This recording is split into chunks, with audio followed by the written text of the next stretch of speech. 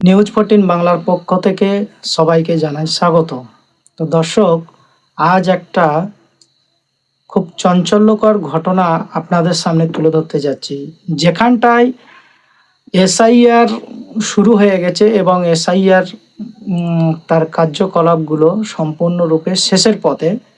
যেখানটায় পশ্চিমবাংলার সাধারণ নাগরিক এবং ভোটাররা চিন্তিত, সেখানটায় যে ফেক ভোটার এবং রিয়েল ভোটার যেখানে নির্বাচন করার জন্য জাতীয় নির্বাচন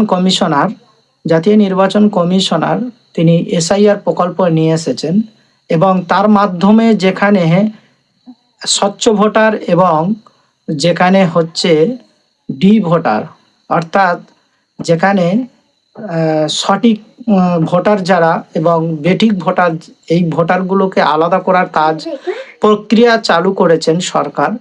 সেখানটায় আমাদের পশ্চিমবাংলার বাসিন্দা, পশ্চিমবাংলার ভোটার অনেক বেশিরভাগ ভোটাররা চিন্তিত এবং দেখা যাচ্ছে সামাজিক যোগাযোগ মাধ্যমে বিএলওরা আত্মহত্যা করছেন, কখনো দেখা যাচ্ছে সুসাইড করছেন, আবার হার্ট অ্যাটাক করছেন।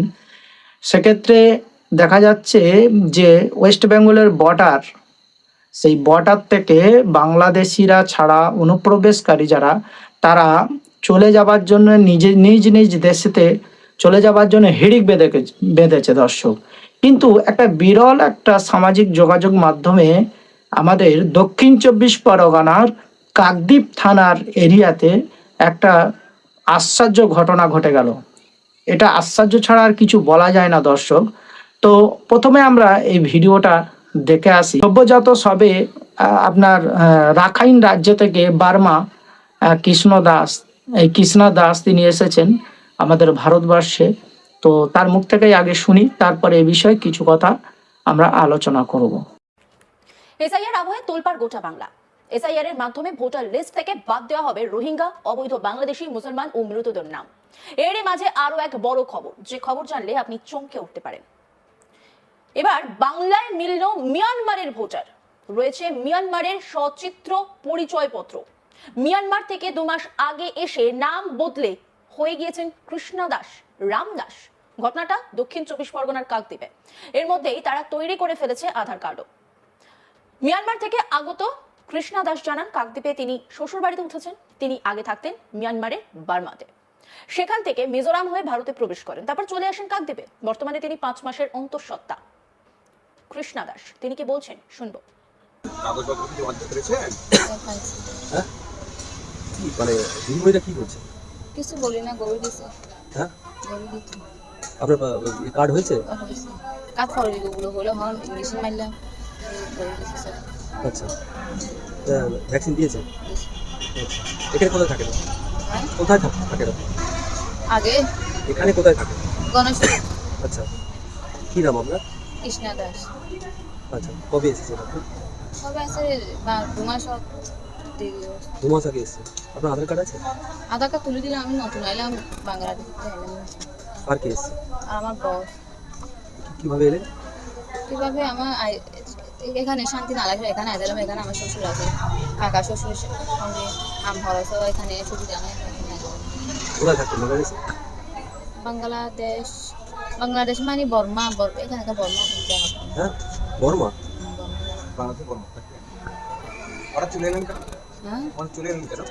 না, আমার তিন এখানে থাকতে মরণ হয়, শান্তি না লাগবে। এখানে আমার দেশ ইন্ডিয়া দেশ। কে কে এসেছেন আপনারা? তিসামি আসছে এখানে আজকে কি সাবসেন্টারে এসেছিলেন? হ্যাঁ, সাবসেন্টারে এসেছিলেন আপনি? না, আমি এখানে হতে না জানি। আচ্ছা, কৃষ্ণা দাসের শাশুড়ি তিনি কি বলছেন শুনবো।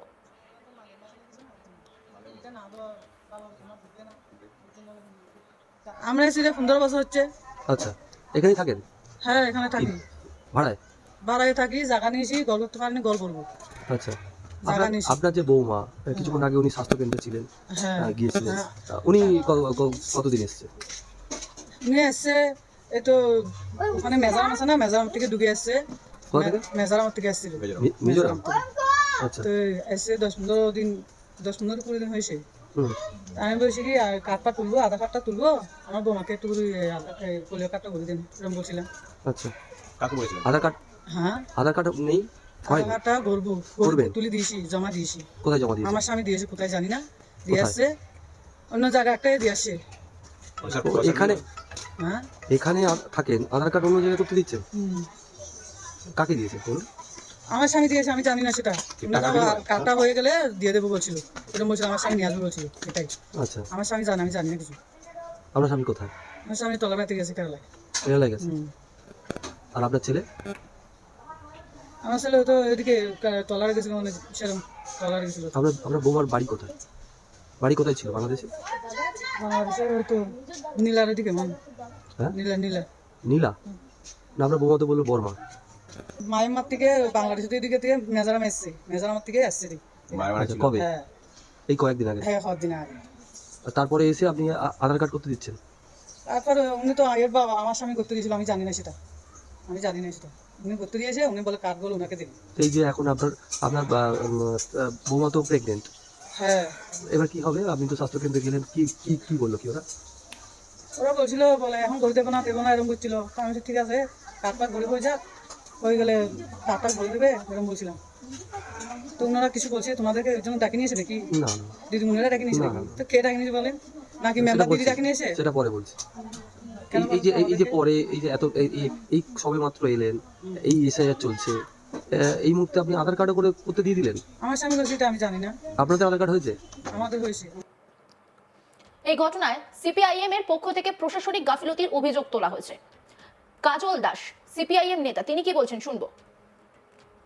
আধার কার্ড তৈরি হচ্ছে, এটা প্রশাসনকে বহুবার আমরা বলেছি যে কিভাবে আধার কার্ড এরা পেয়ে যাচ্ছে, সেটা তো দেখতে হবে প্রশাসনকে।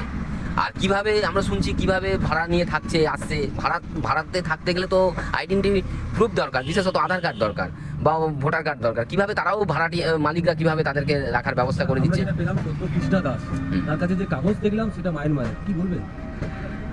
ভারতে থাকছে, মায়ানমারের কাগজ 2 মাস আগে এসছে। এটা প্রশাসনের গাফিলতি আছে, কিভাবে এই বাইরের কাগজ নিয়ে ঢুকে পড়ছে বা কিভাবে ঢুকছে বর্ডারের। আবার বলছে আধার কার্ড করতে দিয়েছে, প্রশাসনের গাফিলতি না থাকলে এইভাবে আধার কার্ড হয়ে যায় নাকি? তাহলে বর্ডার বর্ডার সুরক্ষিত নয়, বর্ডার থেকেই তো পাস হচ্ছে। যে বাড়িতে ভাড়া উঠেছিলেন সেই বাড়ির মালিক শিখা দাস, তিনি কি বলছেন শুনবো। পুলিন দাস কে হয়? আমার স্বামী। আচ্ছা, আপনার ঘর ভাড়ায় দেন? হ্যাঁ, এই 3টায় ভাড়ায় আছে। 3টে ভাড়ায় আছে?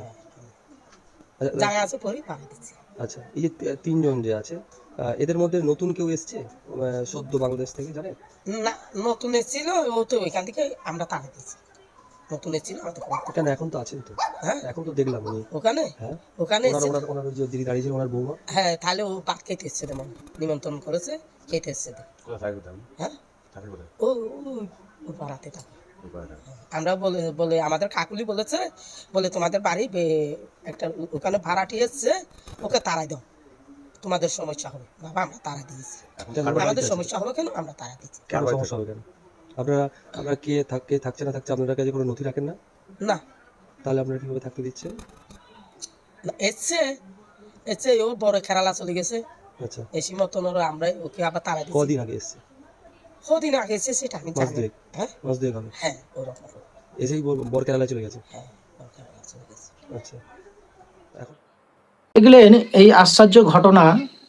রাখাইন রাজ্য মায়ানমার দেশ থেকে এসেছেন সদ্যজাত একজন মহিলা এবং তার স্বামী।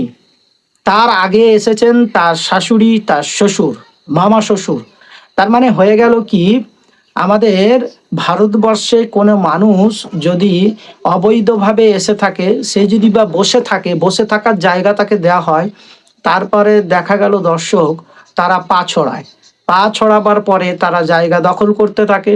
দখল করার পরে সে বেশ কিছুদিন থাকার পরে দেখা গেল দর্শক, তার আত্মীয় স্বজনদেরকে ডাকতে থাকে। কখনো দেখা যায় তারা পানিপথে আসে, কখনো দেখা যায় বর্ডার থেকে আসে, অবৈধভাবে আসে। তো এখানটায় বর্ডারের একটা দায়িত্বহীনতার পরিচয় বিএসএফ এর দেখা যাচ্ছে, এর জন্য কেন্দ্র দায়ী।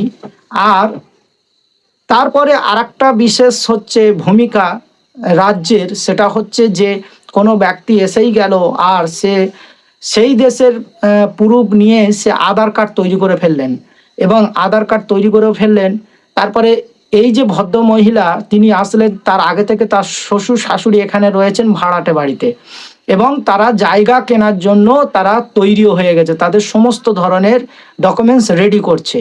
তো দর্শক, যেখানটায় সরকার এসআইআর এর পদ্ধতির মাধ্যমে স্বচ্ছ ভোটার এবং অস্বচ্ছ ভোটার নির্বাচন করার জন্য আমরা সাধারণ নাগরিকরা হয়রান হয়ে যাচ্ছে, সেখানটায় কিভাবে কাকদ্বীপ দক্ষিণ 24 পরগনা কাকদ্বীপ থানার ভিতরে কি করে একজন রাখাইন রাজ্যের রোহিঙ্গা সনাতন ধর্মের অনুসারী তিনি কিভাবে প্রবেশ করলেন, এবং মাত্র 2 মাস হচ্ছে। তো এটা একটা চিন্তার বিষয় দর্শক। তো বাড়িওয়ালা অনায়াসে তার টাকা পাবার ইনকামের আশায় তারা কি চেক করবেন না আদৌ আমরা বাড়িটা ভাড়ায় দিচ্ছি, কাকে দিচ্ছি, তার Aadhaar card, I card, PAN card বা তার পরিচয়পত্রটা অবশ্যই জানার দরকার, তবেই তো না বাড়ি ভাড়া দেবে। কোনো মানুষ অন্য দেশ থেকে এসে গেল, আর এসে গিয়েই সে বাড়ি ভাড়া চাইলো, বাড়ি ভাড়া দিয়ে দিতে হবে। আর এরাই ভাড়া বাড়ি থাকতে থাকতে আধার কার্ড করলো, আই কার্ড করলো, প্যান কার্ড করলো, দিয়ে তারপরে দর্শক এই সমস্ত মানুষগুলো আমাদের রুটি রুজি, চাকরি, কর্মসংস্থা সমস্ত জায়গায় এরা ভাগ বসাচ্ছে। আমরা ভারতীয় বাঙালি মুসলিম হিন্দুরা আমরা কিন্তু কর্মসংস্থায় চান্স পাচ্ছি না, সুযোগ পাচ্ছি না। তো দর্শক, প্রশাসনের দৃষ্টি আকর্ষণ করছে এই সমস্ত মানুষদেরকে এবি ঘড়ি এদেরকে শনাক্ত করে এবং এদেরকে পুশব্যাক করা, বাংলাদেশে পুশব্যাক করা উচিত মনে করছি। দর্শক, ভিডিওটা কেমন লাগছে জানি না, কিন্তু এই ধরনের মানুষ আজ যে সামাজিক যোগাযোগ মাধ্যমে এদেরকে চিহ্নিত করে ধরেছেন, এরকম যাদেরকে ধরেনি আমরা তাদের কাছে পৌঁছাতে পারিনি দর্শক। তো এরকম অসংখ্য হাজার হাজার ভিনদেশি অনুপ্রবেশকারী যারা আসছে, কোথায় চলে যাবার কথা, অতএব তারা এই সিচুয়েশন ক্রিয়েটের সময় তারা আবার অন্য দেশ থেকে আমাদের দেশে আসছে। কত বড় সাহস থাকলে তারা, কত বড় বুকের পাটা থাকলে, এবং এদের পিছনে হাত কাদের আছে, এইটা প্রশাসনের তদন্ত করে এদেরকে আইনের আওতায় এনে এদেরকে যোগ্য সংবিধান অনুযায়ী এদেরকে ব্যবস্থা নেওয়া উচিত বলে মনে করছি। তো দর্শক, এইভাবে যদি আসতে থাকে তাহলে আমরা ভারতবর্ষের নাগরিকরা আমরা পশ্চিমবাংলায় থাকতে পারবো বলে মনে হয় না। তাহলে বর্ডারকে ভালোভাবে বিএসএফ এর দায়িত্বশীল মনে করে এবং সেখানটায় পাহারাটা মজবুত হিসেবে দেওয়া উচিত। এবং যদিও বর্ডার ক্রস করে এপারে আসলো, তারপরে যারা অল্প বা কিছু টাকার বিনিময়ে আমাদের ভারতবর্ষের নথি তারা তৈরি করে দিচ্ছে, তাদেরকে অনুরোধ, আপনারা খাল কেটে কুমির আনছেন না তো। তো দর্শক, এ বিষয়ে আপনাদের যেটা মূল্যবান বক্তব্য আপনারা কমেন্ট বক্সে এসে জানাবেন। ভিডিওটা কেমন লাগলো, যদি ফেসবুক থেকে দেখেন তাহলে ফলো দিয়ে পাশে থাকবেন, ইউটিউব থেকে দেখলে আপনারা সাবস্ক্রাইব করে পাশে থাকবেন এবং লাইক দেবেন, বেশি বেশি করে শেয়ার করবেন। তো দেখা হচ্ছে পরবর্তী ভিডিওতে, ততক্ষণ আপনারা ভালো থাকুন, সুস্থ থাকুন।